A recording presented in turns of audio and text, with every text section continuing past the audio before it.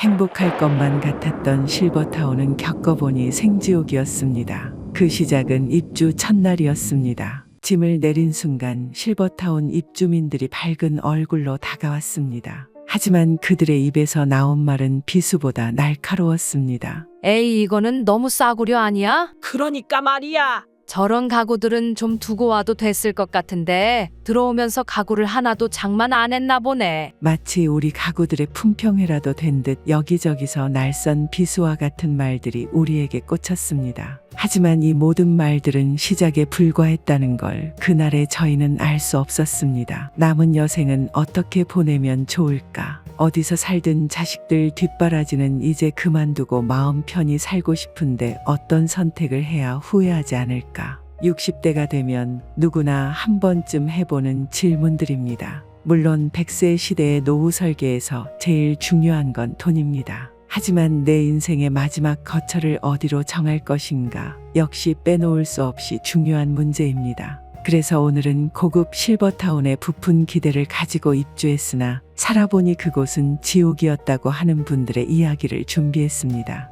안녕하세요. 황금빛 시니어 라이프입니다. 대한민국이 초고령 사회를 향해 달려가고 있습니다. 그렇다 보니 어디에서 남은 인생을 보낼 것이냐도 굉장히 중요한 사회적 문제로 떠오르고 있습니다. 자녀와 함께 거주하며 여생을 보내기 어려운 노인들은 노인복지시설이나 요양원 같은 주거시설을 알아보기도 하죠.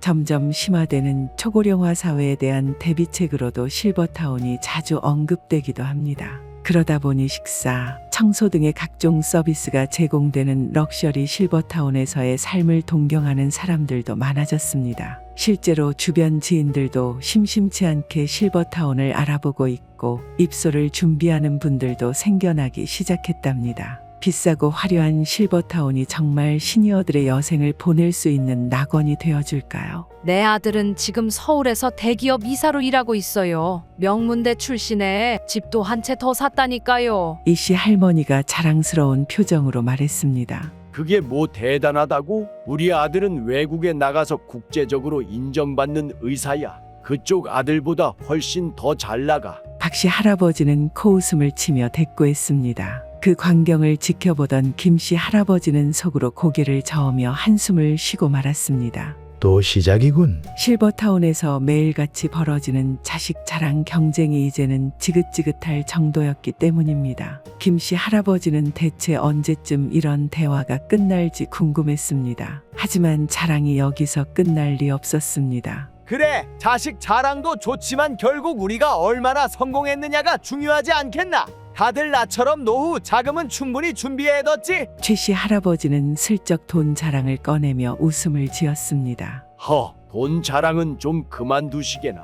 내가 한때는 강남에 건물 좀 가지고 있었어. 지금은 다 처분했지만. 아들 자랑을 하던 박씨 할아버지가 다시 한번 나서며 소리쳤습니다. 이렇게 사소한 자랑이 큰 감정 싸움으로 번지는 일은 실버타운에서는 너무나도 쉽게 찾아볼 수 있습니다. 모두가 자신이 가장 잘났다고 생각하며 자식 자랑, 돈 자랑, 과거의 영광을 늘어놓는 사이 그 누구도 남의 말을 제대로 듣지 않기 때문이죠. 김씨 할아버지 부부는 실버타운에서 그저 평범하게 생활하고 싶었습니다. 이곳은 노년의 삶을 편안하게 보내기 위해 온 곳이었으나 현실은 기대와는 달랐습니다. 실버타운은 노인들만 가득한 그들만의 작고 복잡한 사회였습니다. 사람들은 서로 자랑하고 뒷담화를 하고 서로를 끊임없이 평가했죠. 김씨 할아버지는 입소 초반에는 자주 실버타운에 있는 휴게실을 찾았지만 어느 순간부터 발길을 돌리게 되었습니다.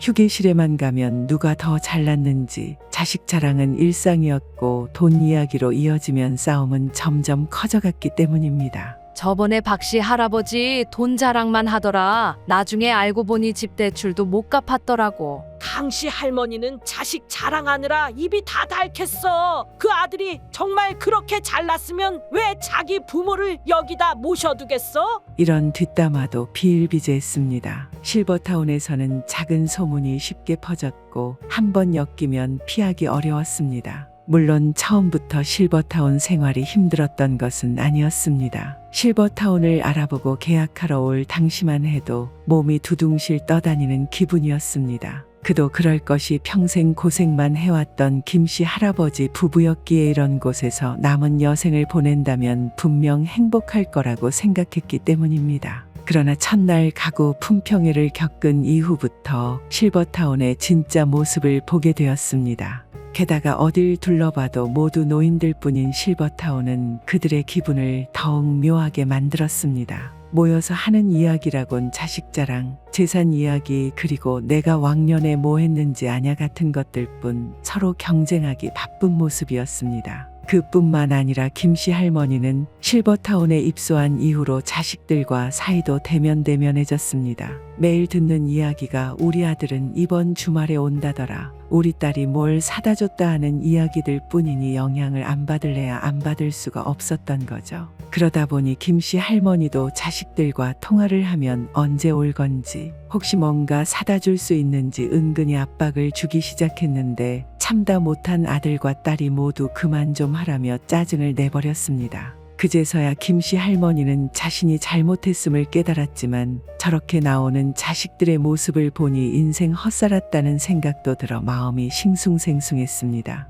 김씨 부부는 실버타운의 복잡한 인간관계 속에서 어떻게 살아가야 할지 고민이 많지만 실버타운을 나가는 것은 행동으로 옮길 수 없습니다. 엄청난 중도해지 위약금 때문입니다. 할아버지 부부가 겪은 실버타운은 평화로운 은퇴 생활을 위한 장소가 아니라 끝없는 자랑과 싸움이 일어나는 무대 그 자체였습니다. 어쩌다 우리 노년층이 이런 상황에 처하게 된 걸까요? 초고령 사회로 향하고 있는 대한민국이지만 고령층의 비율이 급격히 증가하고 있는 것에 비해 고령자들을 위한 주거시설 및 복지 수준은 그 속도를 따라오고 있지 못하기 때문입니다. 그에 대한 대책으로 우리나라는 최근 다양한 분야에서 노인층을 대상으로 한 산업을 발전시키고 있습니다. 특히 한국의 실버 산업은 매우 큰 규모의 시장성을 가지고 있는데요. 2030년에는 그 가치가 160조 원에 이를 것으로 예상된다고 합니다. 그렇다 보니 시니어들을 위한 실버타운도 각광받는 사업이 된 것입니다. 하지만 마치 천국에 온 것과도 같은 마음으로 입주했다가 살아보고 나니 그곳은 지옥이었다며 탈출하고 있는 분들이 속출하고 있습니다. 도대체 실버타운이 어떤 곳이길래 이런 현상이 발생하는 걸까요? 실버타운은 요양원이나 양로원 같은 개념과는 사뭇 다릅니다. 국가나 지방자치단체의 재정 지원을 통한 주거복지시설과는 달리 일정 수준의 입주금을 내고 입주해 살아가는 주택 개념에 해당합니다. 이곳에서는 각종 편의 시설이나 서비스를 제공하는데 사교 모임이나 문화행사, 의료 서비스를 제공하는 곳도 있습니다. 다양한 종류의 실버타운이 만들어지는 만큼 실버타운의 종류도 천차만별입니다. 도심에 위치한 도시명 실버타운이나 한적한 전원 생활을 즐길 수 있는 휴양형 실버타운 등 선호에 따른 종류도 다양합니다. 또 프리미엄 서비스와 고급 시설이 구비된 고급형과 기본적인 서비스만 제공하는 일반형 등으로도 구분할 수 있습니다. 그렇다면 이런 실버타운에서 탈출하신 분들이 말씀하시는 실버타운 생활의 장단점엔 어떤 것들이 있을까요? 우선 그분들이 말한 공통적인 장점은 다음과 같았습니다. 첫째, 일상생활의 편리함입니다.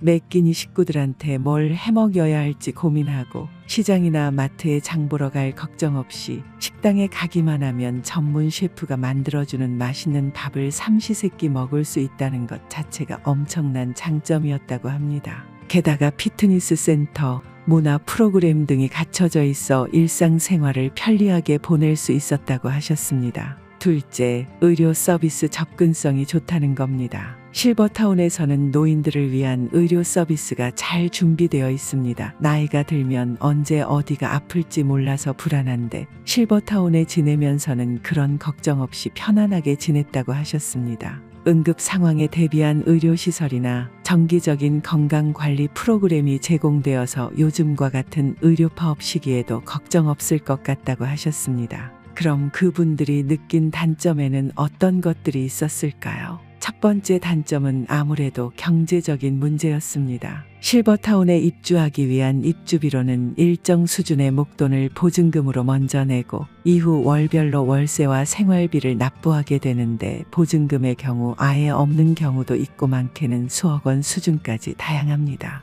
평균적인 한 달 생활비 역시 월 200에서 300만 원을 웃도는데 은퇴 후 수입이 줄어든 노인들에게는 당연히 부담스러울 수밖에 없는 금액입니다. 두 번째 단점은 실버타운의 부도 문제입니다. 초등학교 교사였던 박연순 할머니는 정년 후 남편과 편하게 노후를 보내기 위해 실버타운에 입주했으나 실버타운은 업자의 부실 경영과 무분별한 투자로 부도를 맞았다고 합니다. 현재 우리나라는 실버타운 업자들이 노인들의 입주금 전세금을 떼어먹어도 이들을 처벌할 수 있는 근거가 제대로 마련돼 있지 않습니다. 그렇기 때문에 입주 시 지불했던 수억 원의 보증금을 돌려받지 못하는 경우가 생길 수도 있다고 합니다. 일평생 모아온 전 재산을 실버타운에 입주했다가 다 날려버리게 되는 일이 생길 수도 있는 거죠.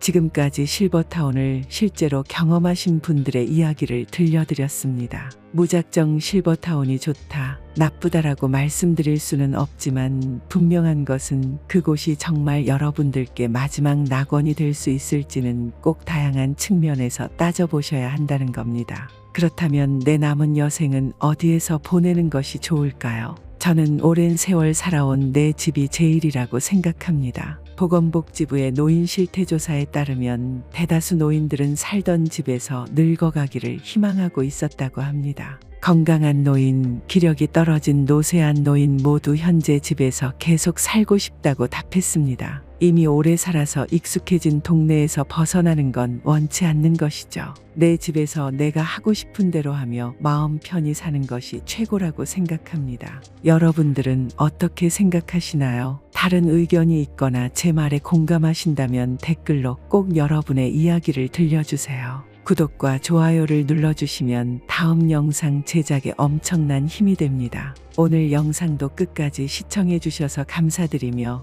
우리 모두 매일매일 건강하고 희망찬 노후 생활을 보냈으면 합니다. 감사합니다.